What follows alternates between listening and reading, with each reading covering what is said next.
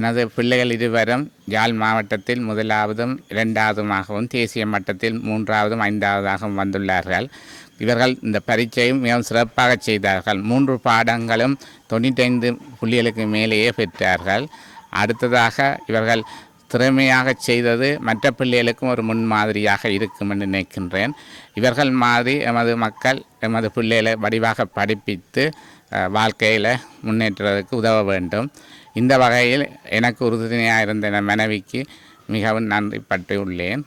மற்றும் இவர்கள் எதிர்காலத்தில் எமது சமூகத்தை நல்லாக முன்னேற்றுவதற்கும் கடவுள் அருள் புரிவார் என கூறி இச்சந்தர்ப்பத்தை தந்த உங்களுக்கு நன்றி கூறுகிறேன்.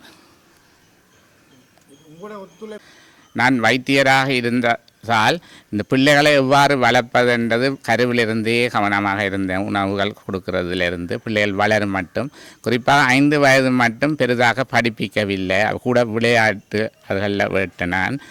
மற்றது அதுக்கு பிறகு படிப்பதற்குரிய விசேடமான நூல்களை வேண்டி கொடுத்து நான் அடுத்ததாக நூலகத்துக்கு சென்று சிறுவர் பகுதியில் அவர்களை அந்த புத்தகங்கள் எடுத்து படிக்கிற ஆற்றலை உருவாக்கினான்.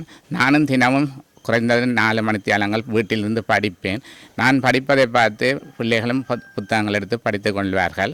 அவர்களுக்கு தேவையான புத்தகங்கள், அதாவது எல்லா புத்தகங்களும் வேண்டி கொடுக்கக்கூடாது, அந்த முக்கியமான தேவையான புத்தகங்கள் கொடுத்து பயிற்சிகளும் செய்து கொண்டு வந்தேன். ஆனால் இவர்கள் சிறமையாக செய்தபடியாக இறுதியில் அவர்களாகவே படிக்கிற ஒரு சூழல் வந்தது.